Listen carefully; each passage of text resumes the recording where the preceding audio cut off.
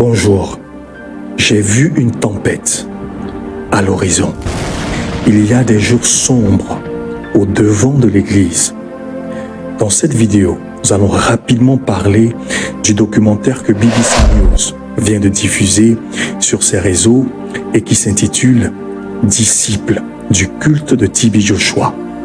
Ensuite, nous allons revenir sur la situation du jeune prophète Eli Pada et nous allons terminer par un avertissement du Seigneur à son Église. Bienvenue sur ma chaîne. Voici un petit extrait de ce documentaire, petit extrait d'1 minute 30. Suivez. The God I was introduced to is evil. This is the same God that would sleep with us. This is the same God that would beat us up. You have no idea of what I went through. Everybody wanted the privilege to meet this big giant called TB Joshua. Nothing is as strong as love. I love you. The first time I met him, he looked loving, not knowing that behind that was a sadist, a psychopath. He's the one that crafted the building of his apartment. The whole building was just designed to keep secret. I call a lady, Prophet wants to see you. He will tell you the specific staircase that this person should come. I felt like there was a beast, like this beast, something about it. I witnessed a lot of abortions. They started doing it inside the synagogue. You'd be taken to this clinic of his. It could have killed us. I never had a choice whether I could keep a potential child or not. I had 3 abortions at the synagogue. I wanted to be connected to God. That's why I stayed there. That's why I keep trying my very best.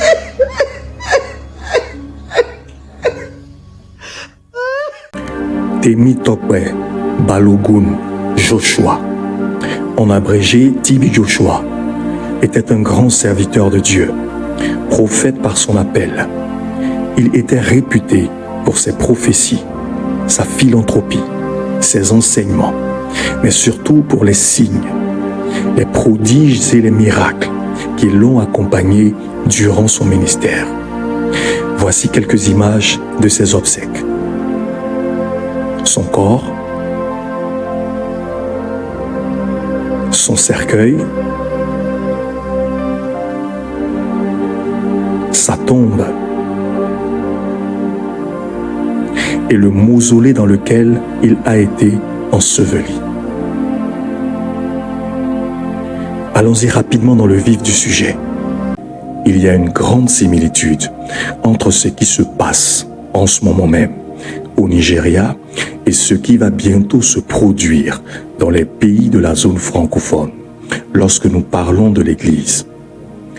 J'ai regardé à 2 reprises les 3 épisodes de ce documentaire. Et je me suis tout de suite dit que ça, c'est pour les émotionnels. C'est pas pour les gens comme nous.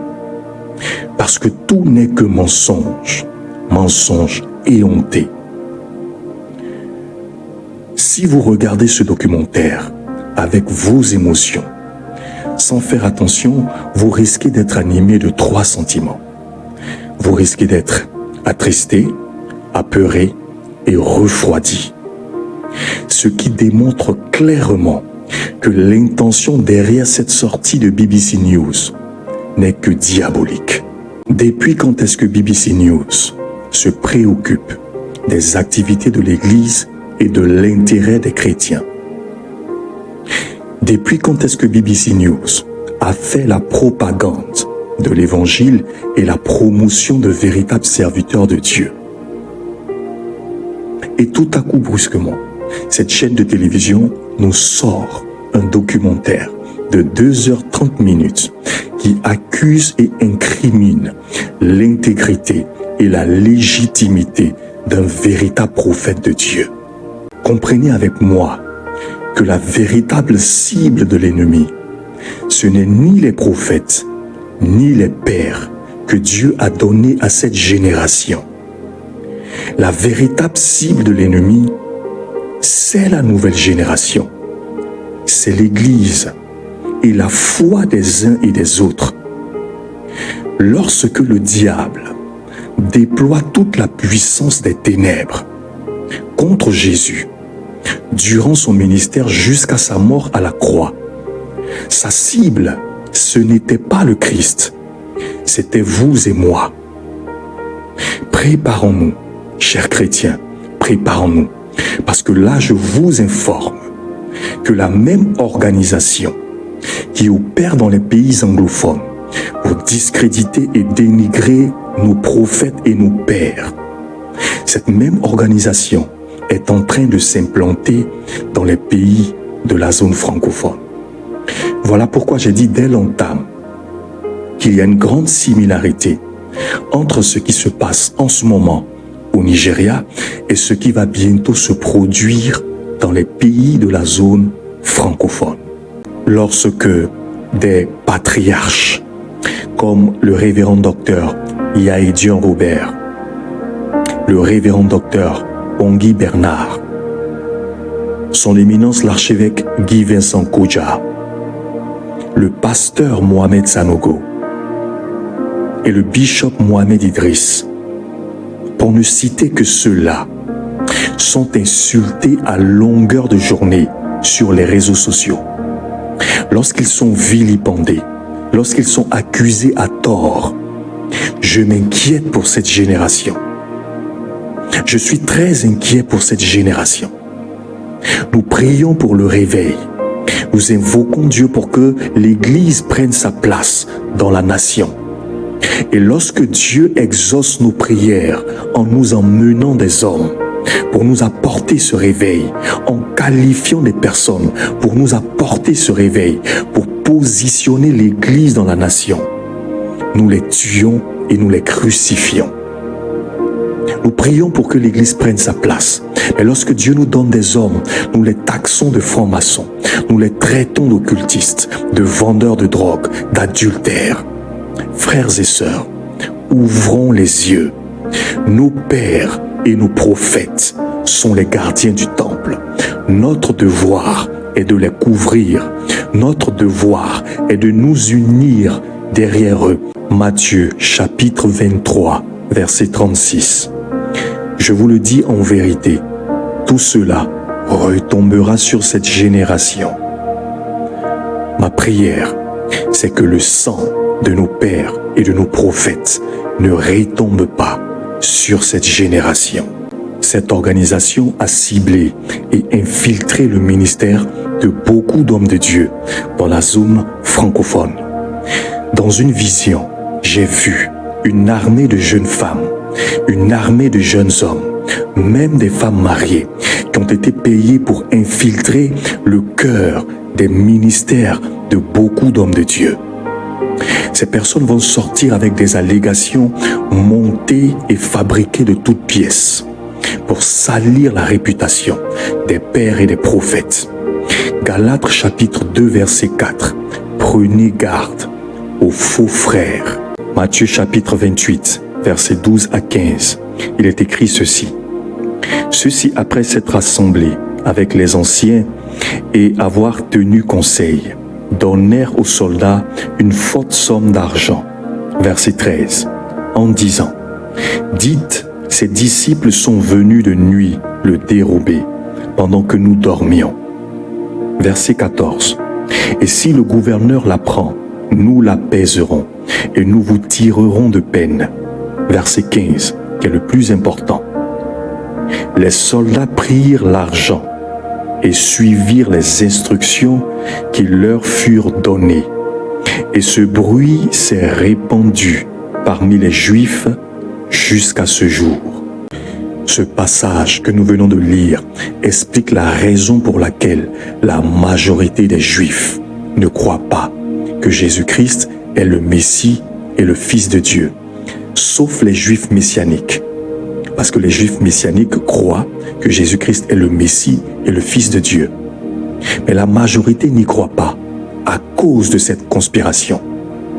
Pourquoi? Parce que les soldats qui veillaient sur la tombe du Seigneur Jésus-Christ ont reçu une forte somme d'argent Et qu'est-ce qu'il devait dire? Il devait dire que lorsqu'ils étaient en train de dormir, c'est là que les disciples du Seigneur Jésus-Christ ont dérobé son corps.